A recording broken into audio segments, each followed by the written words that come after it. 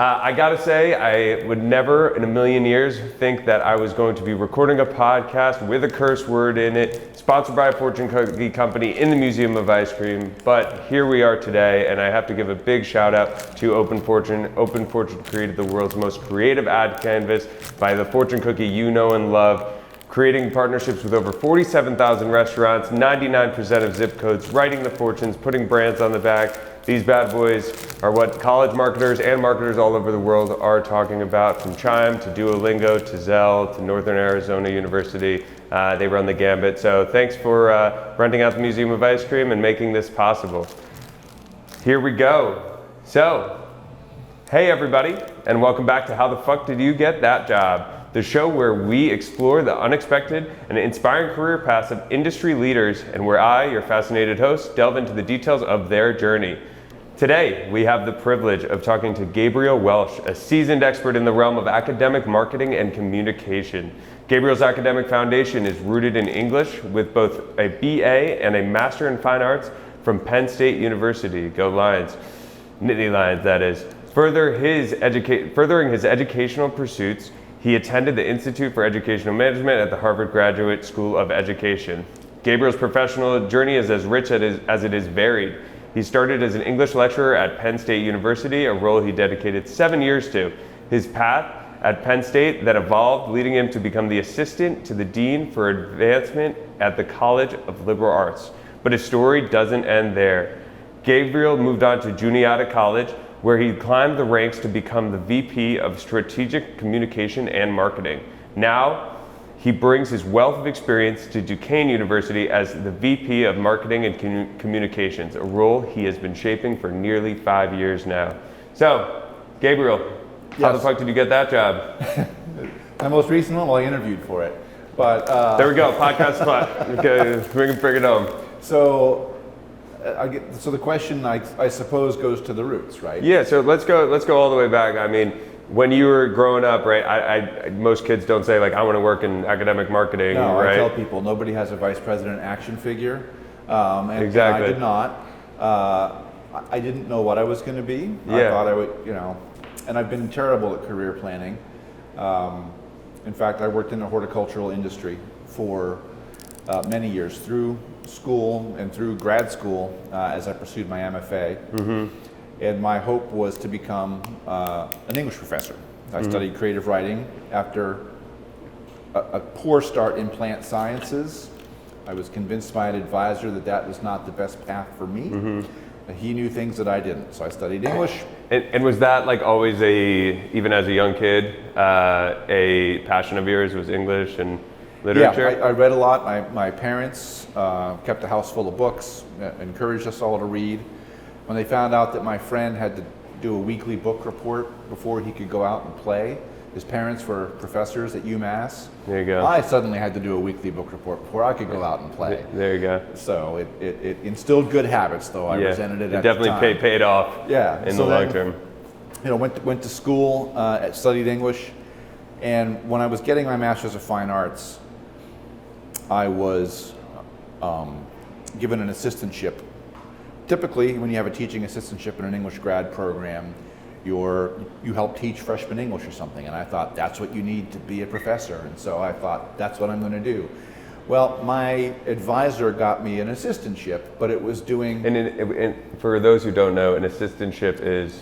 So it's a paid, very modestly paid, they waive your tuition and give you a living stipend. Got it.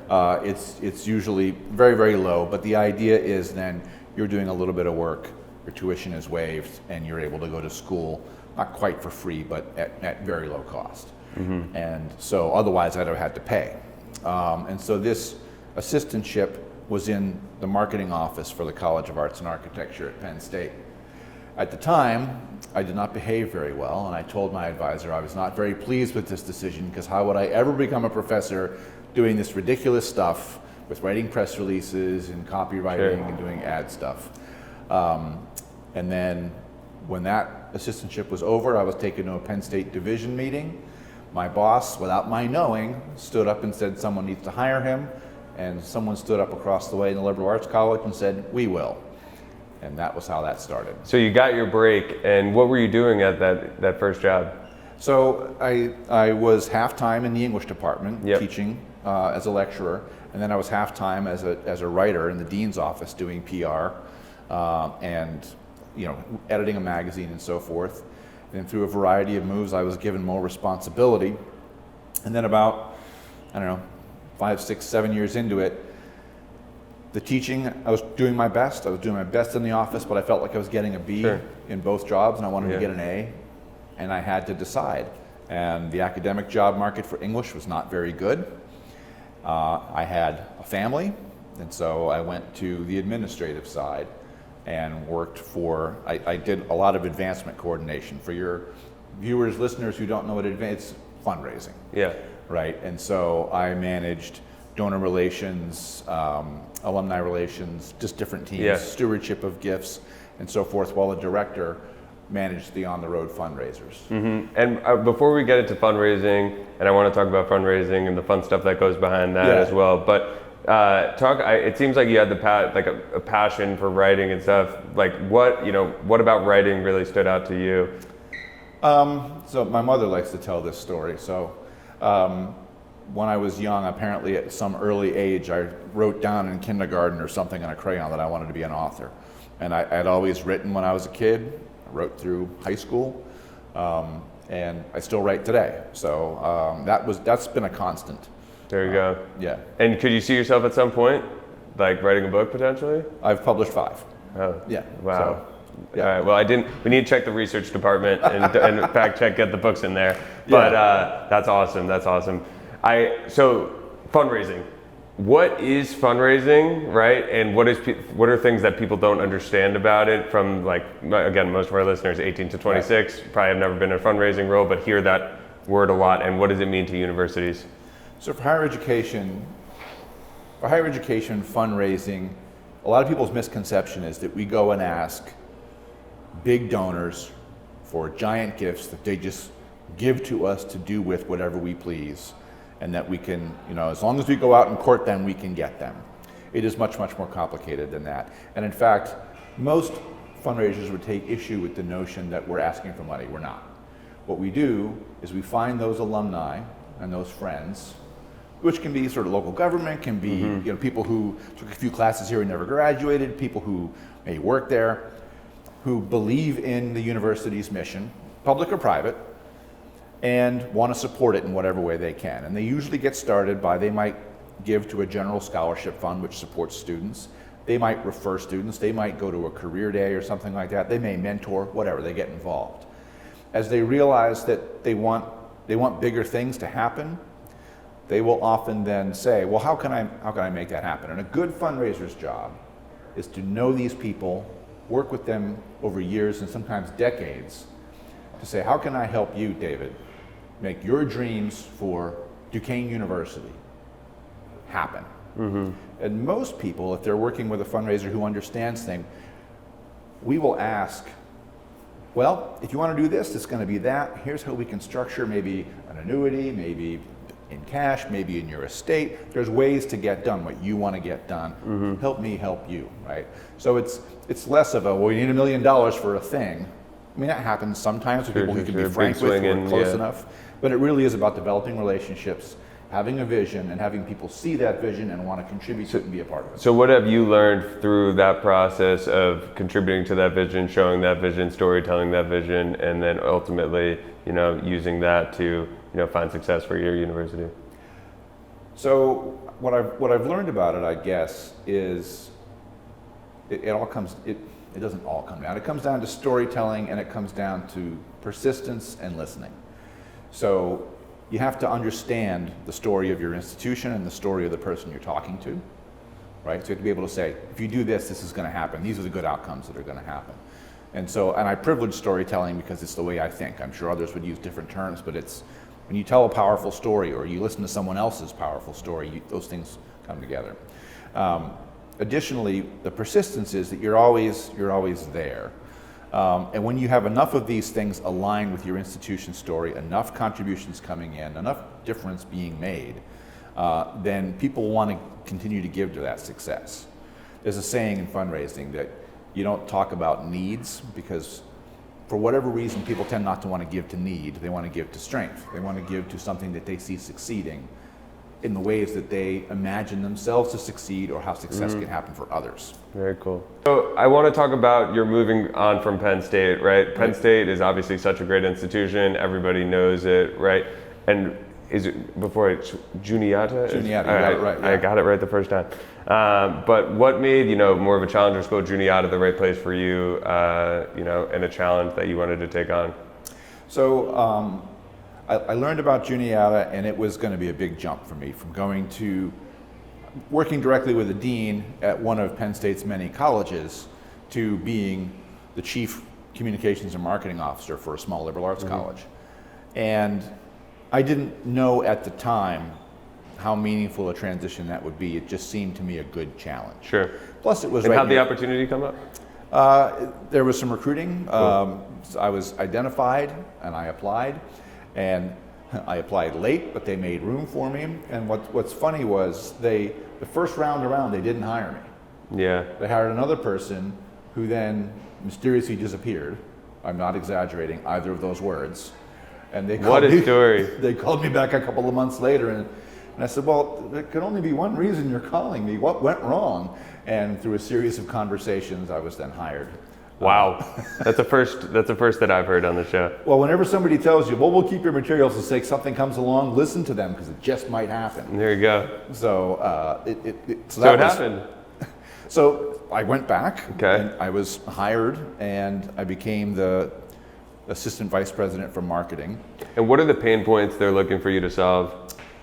Well, they were trying to build a stronger storytelling organization. They wanted more creativity. Sure. They wanted more effectiveness. So what was their story? What were they, preaching before, and then when you came in, what was your vision? Well, so Juniata is a small liberal arts college. It's now a top 100 liberal arts college by U.S. News. They recruit internationally and nationally, so they're very good. But of course, like so many small colleges, they weren't well known. So my main job was to enhance their reputation, to do whatever I could to put them more on the map. They had some good fortune prior to my arrival of being included in a book called Colleges That Change Lives, which was a bestseller in many editions that identified 40 colleges that you may not have heard of, but have incredible outcomes that rival even the best universities in the country. And so by virtue of that book, they saw a lot of attention come their way. And so part of the job was, what do you do with that? How do you tell our story better? And so while at Juniata, I was eventually promoted after a couple of years to the vice president of both advancement and marketing. There's a longer story there. But that gave the ability to unite the story that we told to prospective students, to our community, to alumni, to friends of the institution, so that we were able to tell one cohesive story in the voices that mattered and to the audiences that mattered in different ways, but that sort of subsumed all of the... And you're at this point, you're definitely you're at a VP role, you're leading, Yep. right? It's not just you. How would you describe your leadership style and how you got people to buy into your vision? And continuously, right? Even at Duquesne. So my leadership style, people who work with me, I think, when they're feeling charitable, would say that my leadership style is I try to lift people up, I try to make opportunities, I try to focus on strengths of people, but I'm also responsible for providing vision and context and resources, right? As a person who sits on the senior leadership team, talks to the president and other senior leaders on a regular basis, people on my team don't always have that perspective. They can do their best work when they have that perspective and I can provide it. They also aren't in the position always to ask for the resources that they need. That's another part of my job. So I find their strengths, I find them resources, I provide them a vision and a context and a framework, and then I get out of the way. Sure. And let them do it.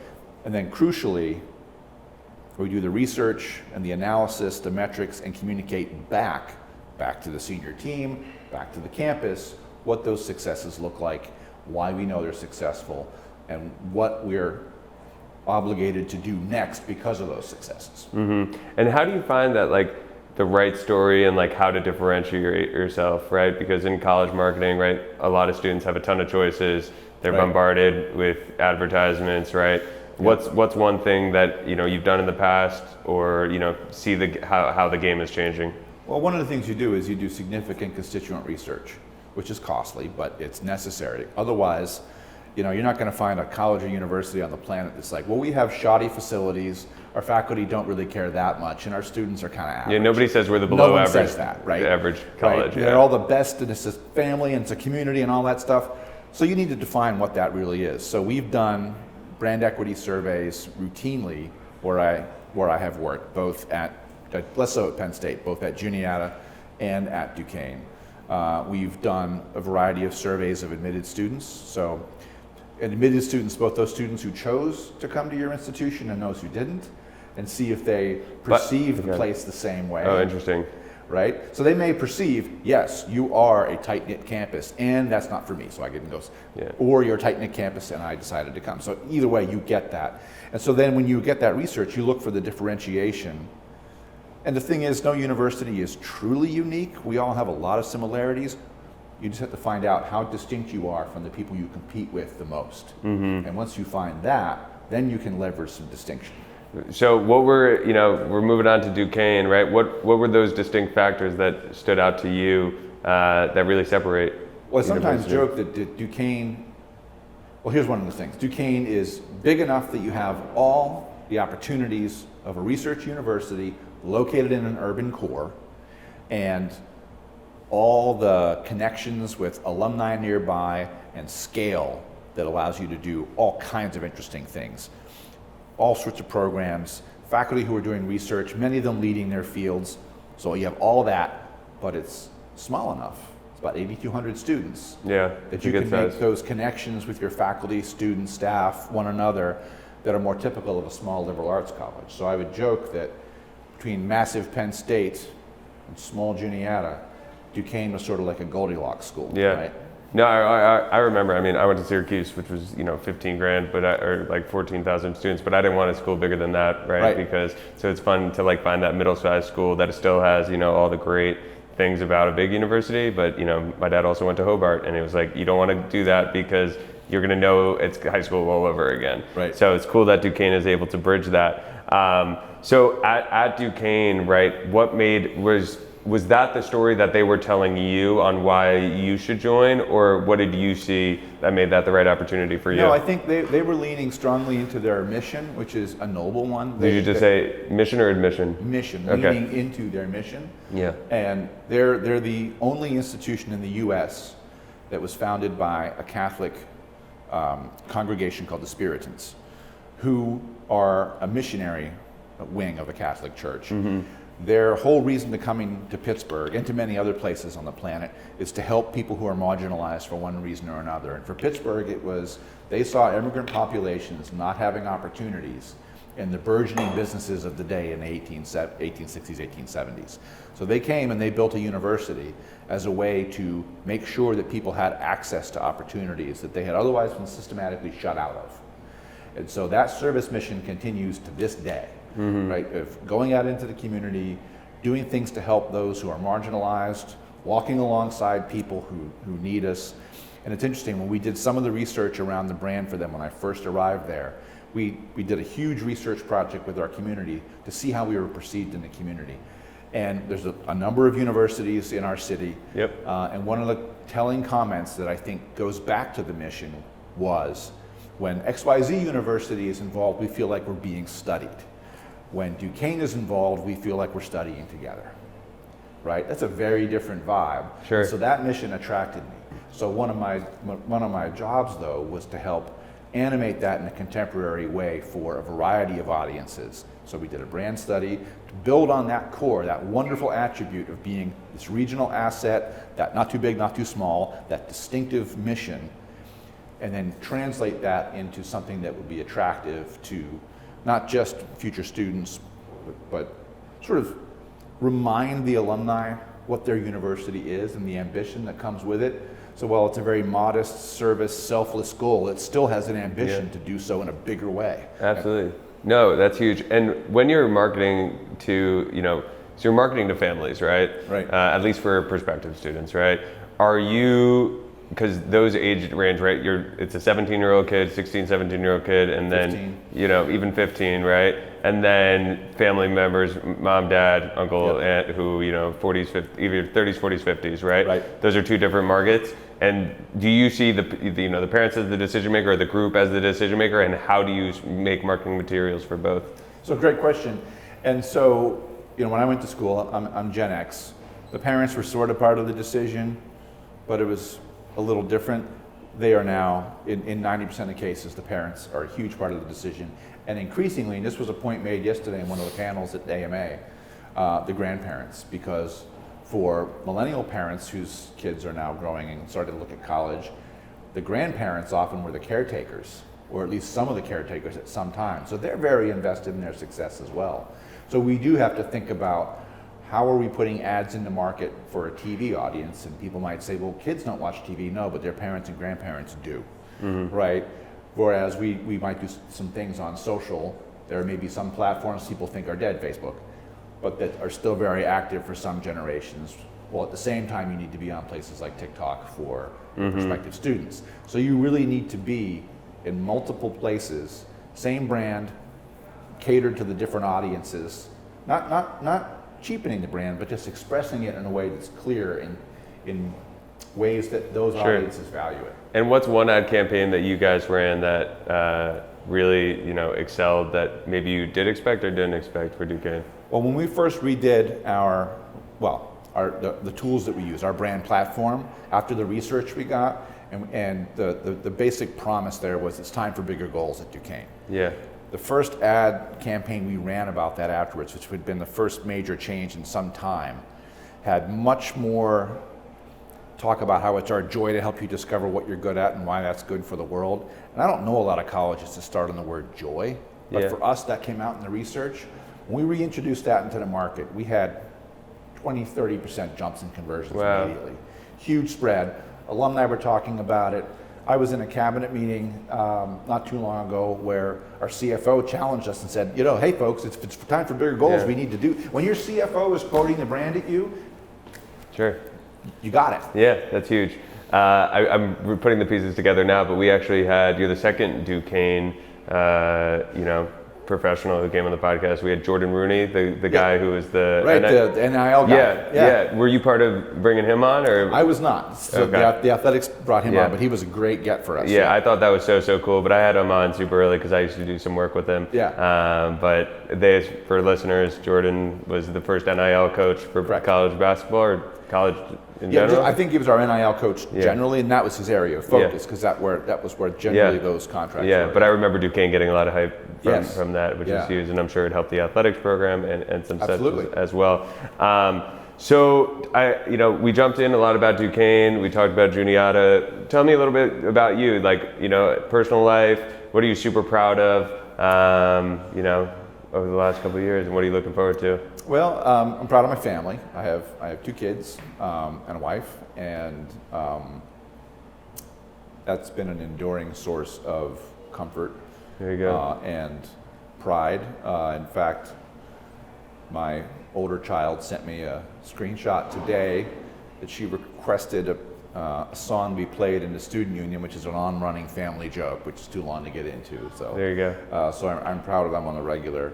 As for myself, I like to write, and that I've kept that up all my life as sort of an intellectual foundation before I get on to everything else I like. I had a book of stories published in 2021 called Ground Scratchers, which that was a high point for me, so I was very proud of that.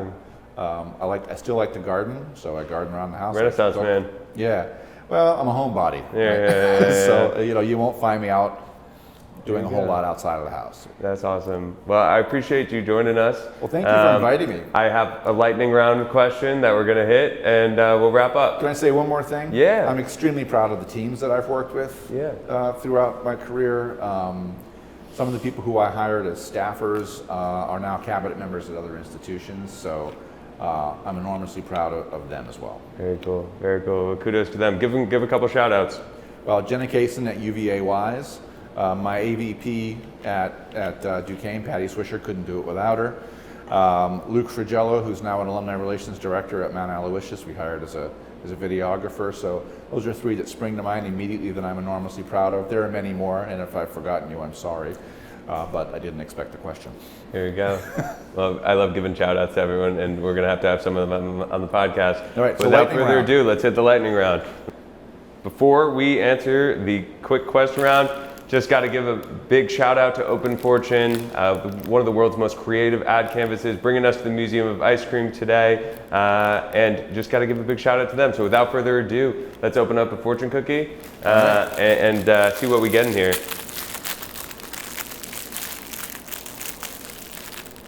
You Chinese food? I do. There you go. What's your dish? It depends on where I am. There you go. Sweet. Trust in the journey, for it leads to true community. And what were we just talking about? Yeah. Who'd you got on the back?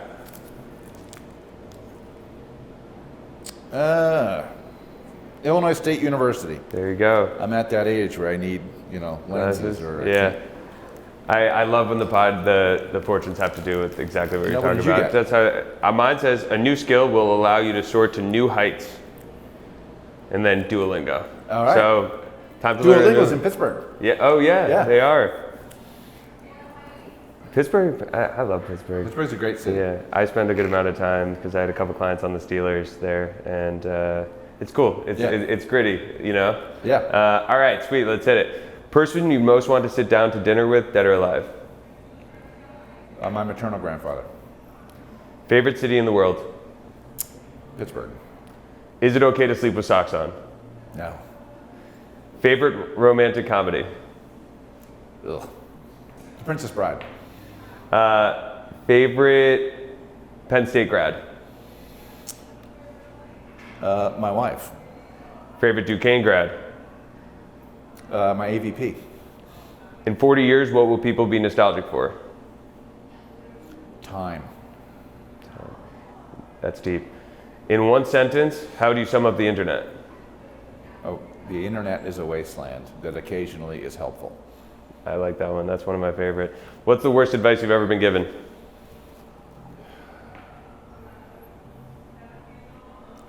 It's a tough one. The worst advice I've ever been given. Be the first one into the office and the last one to leave. Yeah, it's not about the hours in the office. It's about what you get done. What is one thing that people don't understand about college marketing?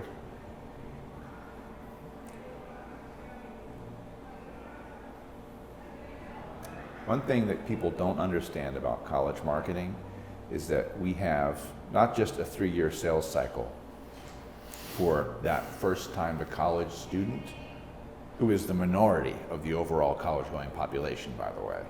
If you think about non-traditionals, Sure. transfers, grad students, and so forth. But that also you are constantly remarketing over the life course of that individual, because they become a student, then they become a graduate, they potentially become a networking person, they eventually become potentially a donor. So it's not selling a thing, it's attracting people into a lifetime commitment. There you go. Well, that's why you work in marketing there. You summed it up really well. And last question, in 2033, 10 years from now, where can we catch you? Planning for retirement. There you go.